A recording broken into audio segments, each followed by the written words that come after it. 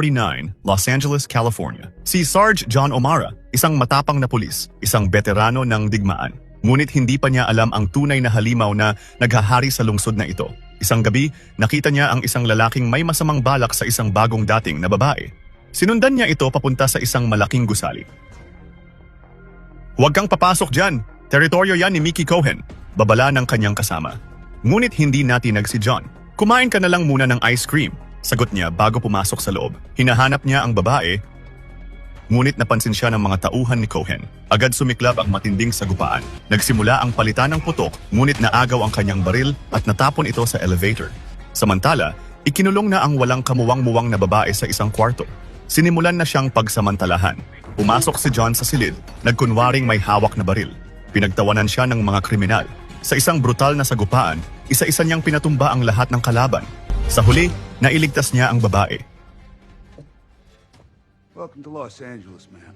Pagdating sa presinto kasama ang kanyang bihag, agad niyang nakasalubong ang isang abogado. Pinatawag siya sa opisina ng hepe at sa loob ng ilang minuto, pinalaya ang mga kriminal dahil wala siyang warrant. Habang nasa labas, tahimik niyang pinagmasdan ang mga kriminal na masayang nakalaya.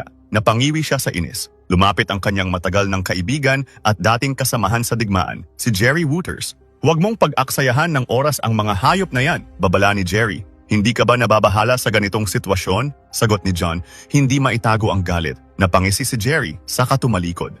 "Wala na akong pakialam, matagal na," at naglakad siya palayo. Sa isang madilim na silid, hinarap ni Mickey Cohen ang tauhang nadakip ni John O'Mara. Kalmado niyang sinabi, "Kailangan ko ng bagong taguan para sa mga babae. Bistado na ang lugar na ito." Saglit siyang natahimik bago nag-utos, sunugin ang lugar na ito para makuha na ang insurance money. Pagkatapos ay umalis si Cohen. Ngunit ang kanyang tauhan, ang lalaking akala niyang ligtas na, ay ikinulong sa loob ng elevator at kasamang tinupok ng apoy. Sa Slapsy Maxie's, isang sikat na nightclub, nasalubong ni Jerry Wooters si Pete, isang batang tagalinis ng sapatos. "Ito, isang dolyar. Umuwi ka na. Gabi na," sabi ni Jerry. Natuwa si Pete pero patuloy pa rin sa trabaho. Pumasok si Jerry sa nightclub at nilapitan ang kaibigang si Jack Whalen, isang kilalang kriminal at kasamahan ni Mickey Cohen. Dito siya kumukuha ng impormasyon tungkol kay Cohen. Habang nag-uusap sila tungkol sa mga makapangyarihang taong nasa likod ni Cohen, napansin ni Jerry ang isang magandang babae, si Grace Faraday. Nagtagpo ang kanilang mga mata. Alam niyang delikado pero hindi niya mapigilan ang sarili.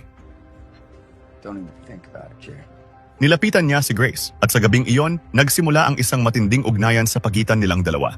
Sa kabila ng malalim na koneksyon ni Mickey Cohen, may isang tao na hindi niya kayang bilhin, ang LAPD chief na si Bill Parker. Pinatawag ni Parker si John O'Mara at pinag-aralan ang kanyang record. Sanay sa digmaan, bihasa sa mga operasyong hindi nakatala sa opisyal na ulat. Nagsanay siya sa Camp X noong World War II. Isang lihim at brutal na pasilidad para sa mga elite na sundalo. "Pumili ka ng team. Wawasakin natin ang buong operasyon ni Cohen. Isa-isang bubuwagin ang negosyo niya," utos ni Parker, matigas at walang pag-aalinlangan. "Hindi natin siya mapapabagsak sa legal na paraan. Walang tatayo laban sa kanya sa korte." Tumingin si John kay Parker. "Gusto mo bang patayin ko siya?" Umiling si Parker. "Kung mamatay siya, lalo lang dadami ang gustong pumalit sa kanya. Pero kung wasakin natin ang lahat ng operasyon niya, wala na siyang dahilan para manatili rito." Nakita sa mukha ni John ang determinasyon.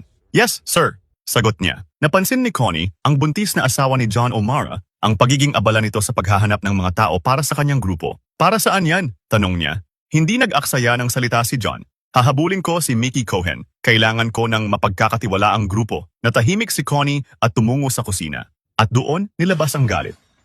Umiiyak itong kinausap ang asawa niya. "John, tapos na ang giyera. Mamuhay na tayo ng tahimik." Pero alam niya, hindi titigil ang asawa niya. Isang mandirigma si John, at ngayong natagpuan niya ang bagong laban, hindi niya ito bibitawan. Kinabukasan, nagulat si John nang makitang si Connie mismo ang nag-aaral ng mga file. Tinutulungan siyang pumili ng mga tao para sa kanyang grupo. "Kung gagawin mo to, huwag kang pipili ng mga pulis na gustong umangat. Baka nabili na sila ni Cohen," babala ni Connie. "Kumuha ka ng mga tulad mo, mga wildcard, mga hindi niya inaasahan." At doon nagsimula ang pagbuo ng Gangster Squad. Napili nila si Coleman Harris, matagal ng galit sa mga sindikatong nagpapakalat ng droga sa Harlem. Conway Keeler, wiretapper at henyo sa teknolohiya. Max Kennard, isang veteranong sharpshooter, bihasa sa barilan. Navidad Ramirez, ang batang anino ni Kennard. Hindi pa siya kasing galing ng matanda, pero sabik siyang patunayan ang sarili.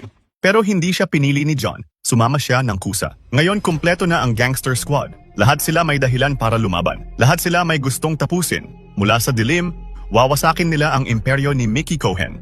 Ang unang target ng gangster squad, ang malaking pasugalan ni Mickey Cohen.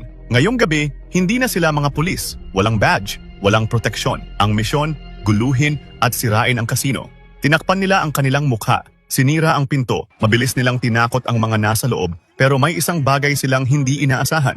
Maraming pulis sa loob, nagkatutukan ng baril. Nabigla si John. "Abort! Abort!" sigaw niya. Biglang nagtakbuhan ang grupo palabas habang hinahabol at pinapaputukan ng mga pulis. Naiwan sina John at Coleman sa sasakyan. Dinakip sila bago pa sila makatakas. Samantala, si Jerry Wooters ay bumalik sa nightclub para magpakasaya. Muli siyang sinalubong ni Pete, ang batang tagalinis ng sapatos. Habang kinakausap niya ito, napansin niya ang isa sa mga kalaban ni Cohen, si Jack Dragna. Habang bumababa si Dragna mula sa kanyang sasakyan, nakita ni Jerry ang mga tauhan ni Cohen na naghahandang umatake. Alam niyang may masamang mangyayari. Agad niyang pinaalis si Pete. Biglang pumutok ang mga baril. Sa gitna ng kaguluhan, natamaan si Pete sa dibdib, bumagsak sa sahig.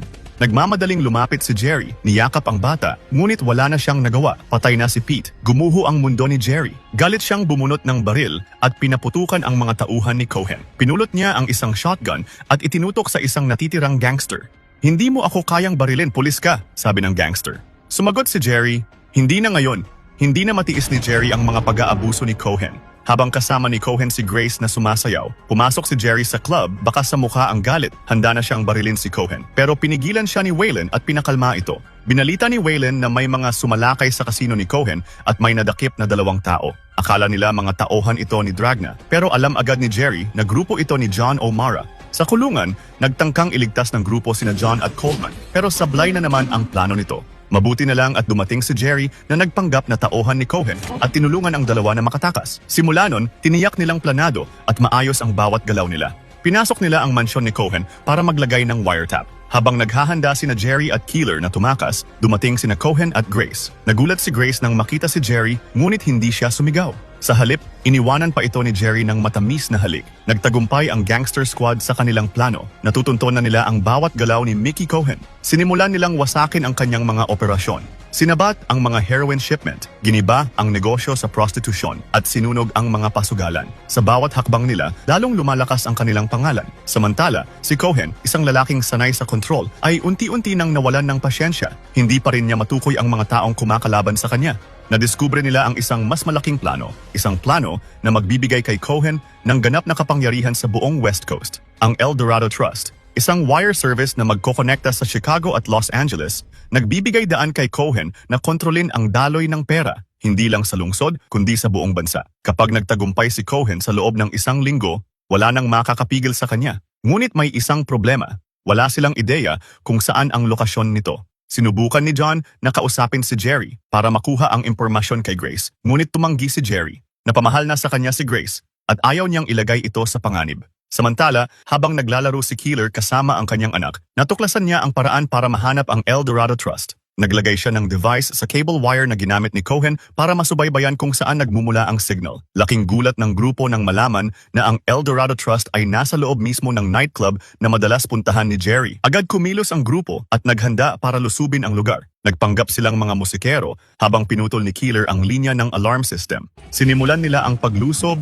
sinunog ang napakaraming pera at ginulo ang buong nightclub. Nagkagulo ang buong lugar, wasak ang operasyon ni Cohen. Sa isang iglap, isang malaking bahagi ng kanyang imperyo ang nawala sa kanya. Dumating si Mickey Cohen sa nasunog na nightclub. Pinalibutan na ito ng mga pulis. Lumapit siya sa hepe ng pulis at tinangkang makipag-usap. Pero hindi niya nagustuhan ang sagot nito. Galit na galit, sinuntok niya ang hepe. Walang sino mang pumigil, walang nangahas lumapit dahil si Mickey Cohen pa rin ang hari ng lungsod na ito. Sa isang maliit na bar, ipinagdiwang ng grupo ang kanilang tagumpay. Nagpasalamat si John sa matibay na pagkakaibigan na nabuo nila. Samantala, hindi mapakali si Cohen. Sa kabila ng mga pag-atake sa kanyang operasyon, isang bagay ang bumabagabag sa kanya. Bakit walang ninakaw na pera? Doon niya napagtanto ang katotohanan. Mga pulis ang may pakana nito. Isang grupo na hindi niya kayang bilhin. At isang pangalan lang ang tumatakbo sa kanyang isipan, si Chief Bill Parker. Lalo itong nagpainit ng kanyang dugo.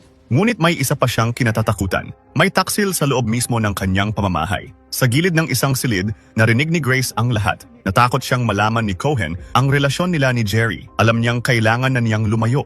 Habang tahimik siyang lumalabas ng mansyon, desperadong nag-utos si Cohen sa kanyang mga tauhan. Pinahanap niya kung may wiretap sa buong bahay. Ngayon, alam na niya, may nagmamanman sa kanya. Sa kabilang panig, habang nakikinig si Keeler sa wiretap machine, narinig nila ni John ang usapan tungkol sa isang malaking transaksyon sa Chinatown. Lalong tumaas ang determinasyon ni John na harangin ang operasyon. Alam niyang critical na ang sitwasyon ni Cohen at ito na ang huling pagkakataon para tuluyan siyang mapabagsak. Ngunit si Keeler ay nag-aalinlangan. Sinabi niya na habang tumatagal, lalong naging marahas at madugo ang kanilang mga operasyon at hindi na ito magandang halimbawa para sa kanyang anak. Naiintindihan ni John ang nararamdaman ni Keeler. Dito ka na lang at ipagpatuloy ang pagkuha ng impormasyon. Kami na ang bahala ngayong gabi, wika ni John. Nakipagkita si Grace kay Jerry at ibinalita ang matinding galit ni Cohen. Kailangan mo nang umalis sa lugar na to, sabi ni Jerry. Biglang dumating ang mga tauhan ni Cohen para sunduin si Grace. Pinigilan ni Jerry ang mga ito at nagkaroon ng sagupaan. Agad niyang dinala si Grace sa bahay ni Waylon upang humingi ng tulong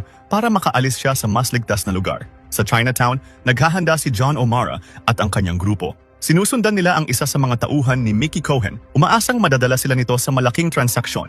Isang truck ang dumating. Nilapitan ito ni John, iniisip na ito na ang hinihintay nilang kargamento. Hindi niya alam, puno ito ng gasolina at bomba. Sa parehong oras, dumating si Jerry Wooters. Nagmamadali siyang hinanap si John. Alam niyang nasa panganib ito. Sa huling saglit bago makalapit si John sa truck, biglang nagpaputok si Jerry.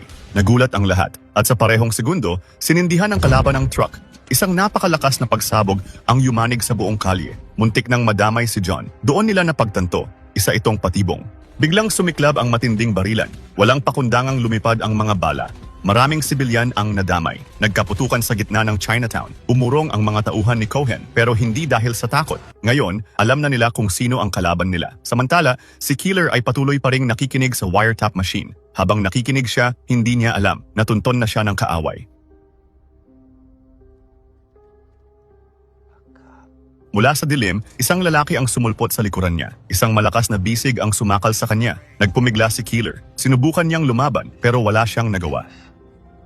Sa kabilang panig, habang mahimbing na natutulog si Connie O'Mara, may narinig siyang hindi pangkaraniwang tunog mula sa labas. At bigla, bumulagtang ang hagupit ng bala.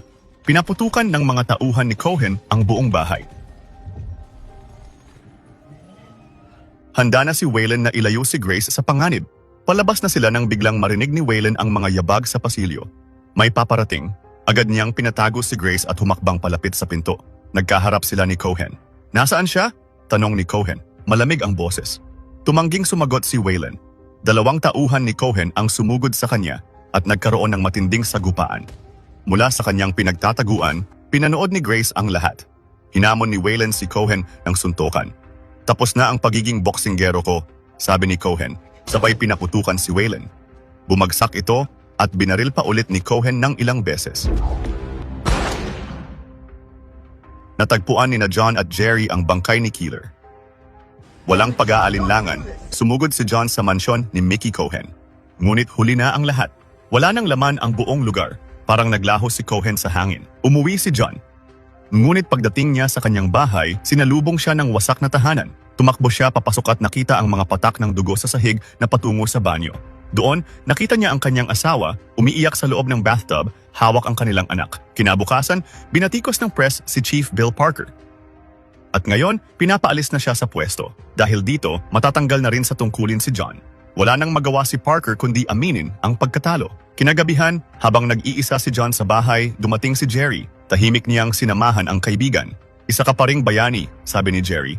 Umiling si John, may lungkot sa boses. Sa digmaan, kung nawala sa'yo ang lahat pero nanalo ka, bayani ka. Pero kung nawala sa'yo ang lahat at natalo ka rin, isa ka lang bobo. Biglang huminto ang isang taxi sa harap ng bahay. Nagulat si Jerry. Nang bumukas ang pinto, niyakap niya si Grace. Niligtas ako ni Waylon, pinaglaban niya ako hanggang sa huling hininga. Nakita kong pinatay siya ni Cohen. Malungkot na sabi ni Grace, agad naghanda si Jerry para itakas siya palabas ng lungsod. Ngunit tumanggi si Grace. Matatag ang kanyang desisyon. Hindi ako tatakas. Gusto kong maging witness. Ramdam ang determinasyon sa kanyang mga mata. Handa siyang wakasan ang paghahari ni Cohen. Dahil sa testimonya ni Grace, Nagkaroon ng matibay na dahilan sina John O'Mara at Jerry Wooters upang makakuha ng arrest warrant laban kay Mickey Cohen. Bukas, tatanggalin na nila ako sa tungkulin, pero ngayong gabi, pulis pa rin ako, sabi ni John. Hawak ang warrant. Ipinakita niya ito sa kanyang grupo. Walang nag-atubiling sumama. Ito na ang kanilang huling laban. Sa isang marangyang hotel, mahigpit na binabantayan si Cohen. Mula sa labas, sumigaw si John. To Sergeant John O'Mara of the Los Angeles Police Department. We have a warrant for your arrest. Ngunit ngumiti lang si Cohen. Hindi siya nag-aalala. At doon sumiklab ang isang brutal na putukan. Nakapasok sina John at Jerry sa loob ng hotel. Nagpanik ang mga tauhan ni Cohen at naghanda ng tumakas. Inabangan ni John si Cohen sa lobby. Galit na lumabas si Cohen. Hawak ang isang malakas na baril. Nagpalitan ng putok ang dalawa. Sa labas, natamaan si Ramirez sa gitna ng putukan. Hindi hinayaan ni John na makatakas si Cohen. Hinabol niya ito hanggang sa mabangga ang sasakyan nito sa isang fountain. Biglang lumabas ang isa sa mga tauhan ni Cohen. Tinutok ang baril kay John. Pero bago pa ito magpaputok, naunahan siya ni Ramirez. Sumunod na lumabas si Mickey Cohen mula sa nawasak na sasakyan. Mickey Cohen, you are under arrest sa salang pagpatay kay Jack Whalen, sabi ni John. Natawa si Cohen. Sige, hulihin mo ako. Ramdam ni John ang pang-iinsulto sa boses nito. Hindi niya matiis. Hinagis niya ang kanyang baril. Halika, laban tayo. Naghaharap ang dalawa. Walang takas, walang sandata. Suntukan lang. Bawat suntok ni John ay may bigat ng lahat ng kanyang pinagdaanan. Binuhos niya ang lahat ng hinanakit sa bawat suntok at sa huling bagsak ni Cohen, dumating ang mga reporters. Doon nila nakita ang pagbagsak ng isang hari. Nakatingin ang mga pulis na may halong pagkamangha. Walang sino mang nag-akala na may isang taong kayang humarap, lumaban, at pabagsakin ang pinakamakapangyarihang kriminal sa lungsod. Sa huli, natapos ang paghahari ni Mickey Cohen. Ikinulong siya sa Alcatraz, malayo sa kapangyarihan at takot na dati niyang hawak. Si Chief Bill Parker ay nanatili sa pwesto hanggang 1966. Patuloy na ipinaglaban ang isang lungsod na minsang nasa ilalim ng anino ng krimen. Si Jerry Wooters, sa wakas, ay natagpuan ang tahimik na buhay kasama si Grace Faraday. Naging mas matibay ang ebidensya kay Cohen dahil sa testimonya ni Grace. At si John O'Mara, isang mandirigma na minsang lumaban sa isang digmaan sa sariling bayan, ay nagretiro upang mamuhay ng payapa kasama ang kanyang pamilya.